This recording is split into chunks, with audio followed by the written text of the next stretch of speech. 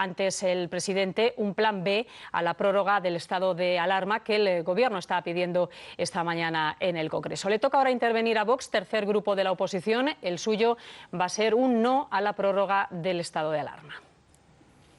Gracias.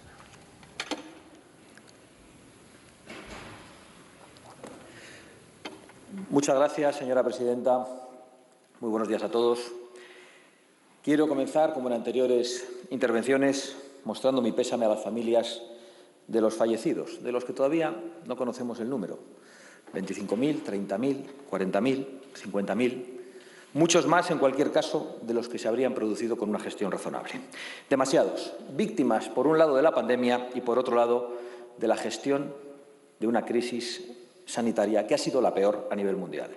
Nosotros no olvidaremos nunca a las decenas de miles de españoles que han muerto en la oscuridad porque el Gobierno y sus medios subvencionados se han preocupado mucho más en ocultarles que lo que se preocuparon en protegerles y en alertarles. El Gobierno ocultando información a los españoles y los medios riéndose de lo que parecía una vulgar gripe. Nos pide apoyo su Gobierno mientras el presidente nos insulta y mientras el vicepresidente nos amenaza.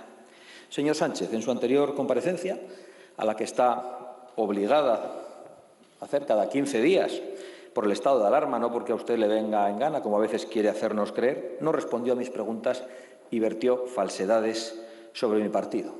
Y me obliga a desviarme un minuto sobre la cuestión que hoy nos ocupa. Mire, nos podrá etiquetar e insultar como usted quiera, señor Sánchez, pero a nosotros nos importan los españoles, independientemente de su color, de su edad, de su sexo y de su orientación sexual. Pero como usted sacó ese tema que nada tenía que ver con lo que nos ocupaba y nos ocupa, yo le ruego que abandonen ese odio histórico de la izquierda hacia los homosexuales.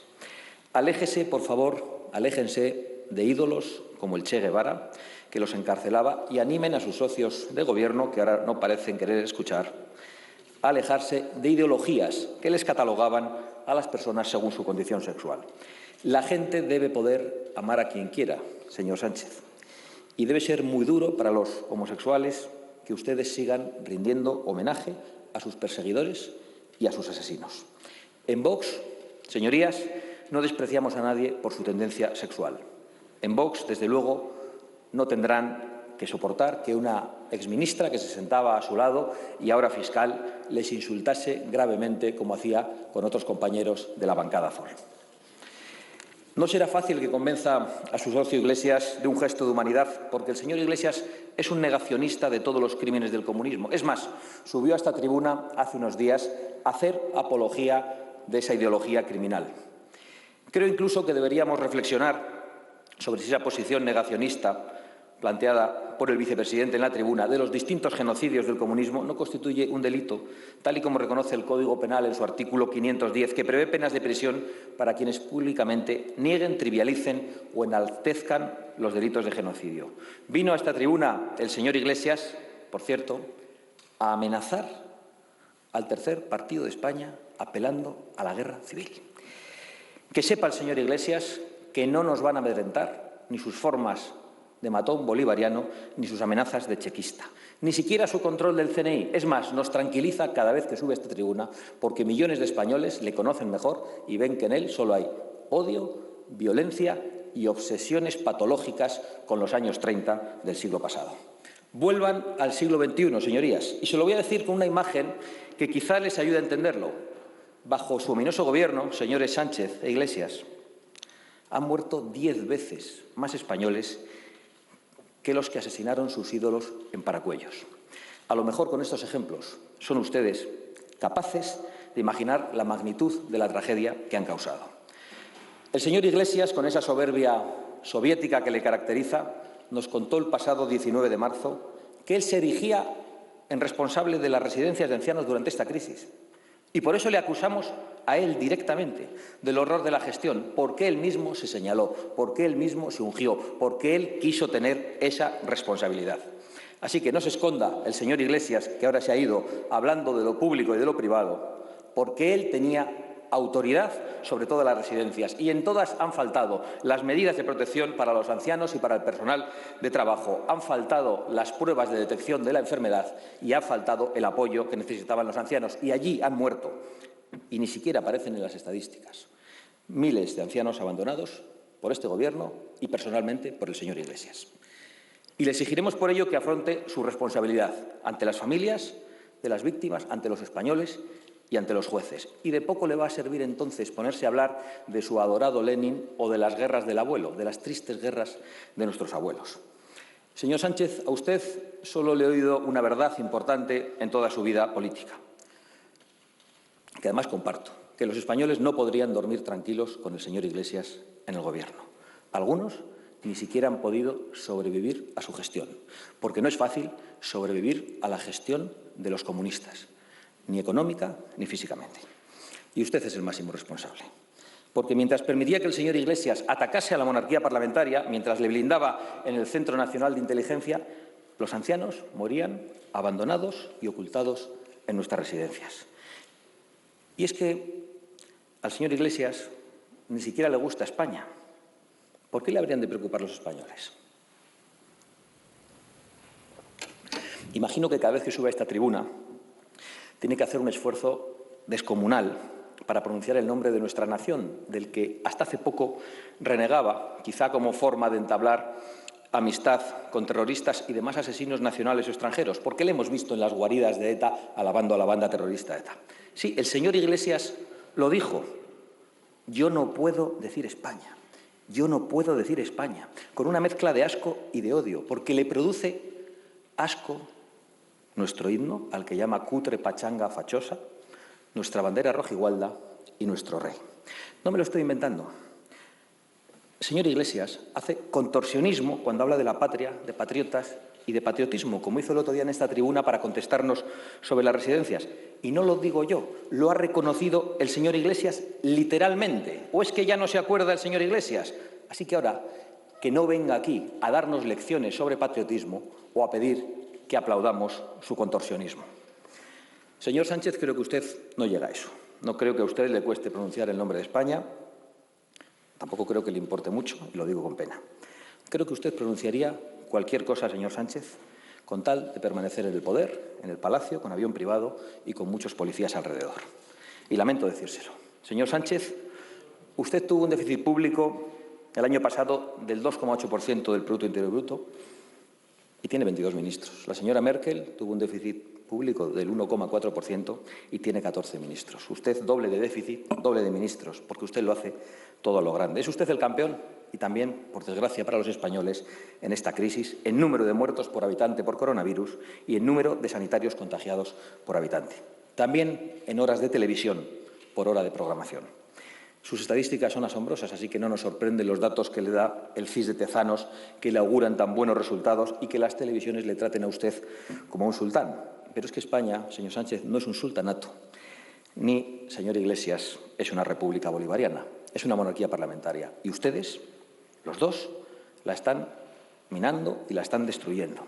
Y Vox advirtió de la deriva totalitaria de este Gobierno, que ha convertido el estado de alarma en un estado de excepción. Y, por desgracia, hemos vuelto a tener razón. Porque han pasado 53 días desde el decreto del estado de alarma y lo único que se han recortado y se han combatido desde el Gobierno han sido las libertades y los derechos de los españoles. La rapidez, la alegría y la eficacia con la que ustedes coartan los derechos y las libertades de todos contrasta precisamente con su incapacidad para proteger la salud y la economía nacional. Creo que si ustedes no se marchan, España acabará la primavera con más multas y parados que test. Y hablando de recorte de libertades, señor Marlaska, le pregunto, ¿por qué ordenó usted el sábado que se detuvieran los vehículos que circulaban con banderas de España? Le pido que haga uso de su potestad para intervenir en esta tribuna y que me conteste. Y también que me diga aquí, en la sede de la soberanía nacional, si ha decidido usted derogar la Constitución. Porque usted el sábado, con sus órdenes, de facto, derogó y suspendió los derechos constitucionales de los españoles, prohibiendo una manifestación en coches que no suponía ningún tipo de peligro ni para la salud pública ni para la vida de nadie. Necesito saberlo porque los españoles queremos manifestarnos en las calles con todas las medidas de seguridad pertinentes contra su Gobierno. Ya lo hacen muchos españoles en las redes, a pesar de las amenazas de monitorización y de la censura público-privada, asistida, por cierto, por periodistas de A3 Media y otros lacayos de los medios subvencionados. Pero también lo vamos a hacer en las calles, señor Marlaska. Lo haremos en coche, individualmente o en familias que convivan, con todas las medidas de seguridad, por el centro de las principales ciudades, portando banderas de España y pidiendo la dimisión de su Gobierno. ¿Lo va usted a prohibir? ¿Lo va usted a impedir? ¿Va usted a darnos la razón? Tenga el valor de decirlo en esta tribuna, porque mañana mismo notificaremos a todas las delegaciones del Gobierno esas convocatorias de manifestación absolutamente seguras y absolutamente legales, si ustedes no están mintiendo en esta tribuna. Digan que han prohibido ustedes los derechos de reunión y de manifestación y digan que su único miedo es a la gente y que ustedes ya solo quieren protegerse de los españoles. Porque a ustedes no les gusta la libertad por mucho que la invoquen, ni la verdad. Y precisamente haciendo uso de la primera, vamos a decirles la segunda en esta tribuna y en las calles. Y vamos a revelar que usted, señor Sánchez, pretende tener como rehenes a los españoles y que trata de chantajear a esta Cámara, como ha hecho desde esta tribuna, para que renueve un poder del que usted ha abusado.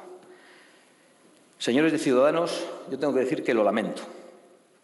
También lamento la abstención del Partido Popular. Mantener este estado de alarma ilegal y que tan duramente ha sido criticado por el señor Casado, por otra parte, con este presidente y con este vicepresidente, ni salva vidas ni salva empleos. Lo que salvaría vidas y salvaría empleos es un cambio de Gobierno.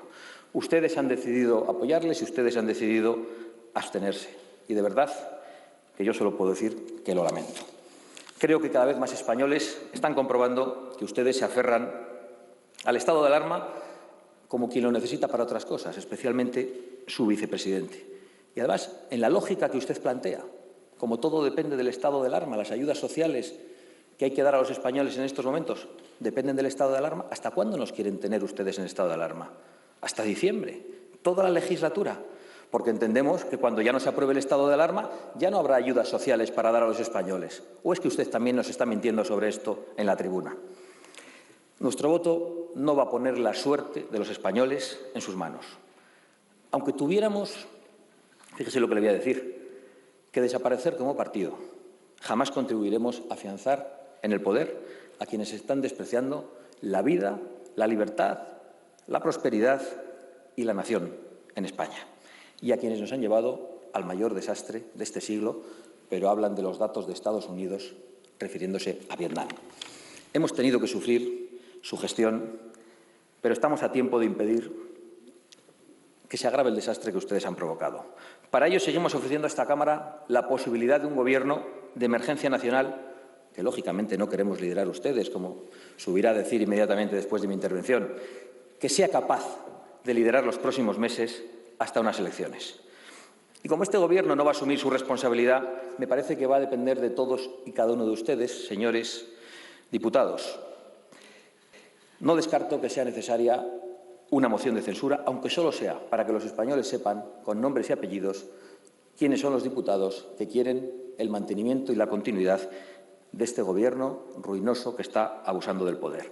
La responsabilidad es del primer partido de la oposición, pero si la delega, quizá tengan que ejercerla otros grupos, porque este es un Gobierno ruinoso que a las decenas de miles de víctimas mortales ya empieza a sumar millones de víctimas económicas. Los datos del paro de ayer, de los que ustedes se vanagloriaban, son particularmente terribles. Les repito por enésima vez que deben ustedes, antes de marcharse, pagar las retribuciones y los salarios de los autónomos y los trabajadores de los meses de marzo, abril y mayo, de todos aquellos a los que no han permitido trabajar. Por supuesto que también habrá que ocuparse de aquellos españoles a los que su gestión ya ha expulsado del mercado de trabajo. Y quizá haga falta una renta mínima en esos casos, pero no para tener a los españoles cautivos, como quiere su vicepresidente, sino para garantizar que tengan un sustento mientras se recupera la economía nacional. Para que eso empiece a ocurrir, solo hay que excluir de las posiciones económicas sus demenciales obsesiones que tanta riqueza han dilapidado. Y le voy a poner un solo ejemplo, señor Sánchez. Hace poco hablaba de Vietnam, por lo tanto, indirectamente del señor Trump. Usted dijo que había que combatir a Trump. ¿Usted se da cuenta de las consecuencias que tiene para España decir que hay que combatir al presidente de un país aliado como Estados Unidos? ¿De las consecuencias respecto a los aranceles a los productos españoles? De lo que ha ocurrido con Navantia, que ha perdido un contrato millonario de 5.800 millones de euros para construir 10 fragatas, porque su beligerancia contra Trump y la de sus medios subvencionados, mientras señalan lo que ocurre en Estados Unidos y ocultan lo que está ocurriendo en España, choca con la actitud que, por otra parte, tienen con el régimen chino.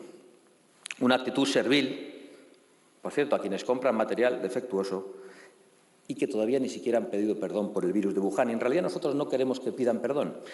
Nos bastaría con que se nos diga la verdad sobre el origen del virus y que empiecen a pagar por el desastre que han provocado con su ocultación de información. En los últimos 50 años, señorías, 2 veces la humanidad ha afrontado un peligro global. Uno con origen en Chernobyl y otro con origen en Wuhan. Y no es casualidad que hayan sucedido bajo los regímenes comunistas que tanto idolatra el señor vicepresidente del Gobierno. Pero volvamos un momento al Gobierno de España, convertido en hazmerreír de la prensa internacional, que dice que ya ni siquiera publica sus datos porque no hay quien se los crea. Y es que esa falta de credibilidad internacional, señor Sánchez, tiene consecuencias fatales para la financiación de nuestra deuda. ¿Quién prestaría dinero a una empresa cuando algunos de sus socios trabajan para destruirla, como ocurre con sus cómplices de investidura? Claro que la verdad es que usted no es el... Sé que le cuesta aguantar todo esto, pero no se preocupe que enseguida acabo. Claro que usted no es el único problema, no es el único culpable. También la Europa de los burócratas tiene una gran responsabilidad y está demostrando estar contra los intereses de España y contra nuestra soberanía. Nosotros no mendigaremos dinero en Europa, lo exigiremos. Y lo exigiremos porque el Banco Central Europeo también pertenece a los españoles y porque la Unión Europea también se ha construido con las renuncias de generaciones de españoles en el campo y en la industria. Y por eso concluyo, presidenta, no queremos un rescate, señor Sánchez. Los españoles sabremos rescatarnos a nosotros mismos de ustedes y sabremos hacer el recorte del gasto político innecesario y el impulso a nuestra industria y a nuestra economía en general. Porque España, cuando no ha tenido que soportar gobernantes nefastos, ha sabido crear riqueza como en ningún país del mundo. Lo hemos demostrado en el pasado y lo volveremos a demostrar. Por eso le vuelvo a pedir, señor Sánchez, que paguen las nóminas y que se marchen, que España tiene importantes tareas que acometer y ustedes tienen que preparar su defensa a los tribunales. Gracias, señora Abascal.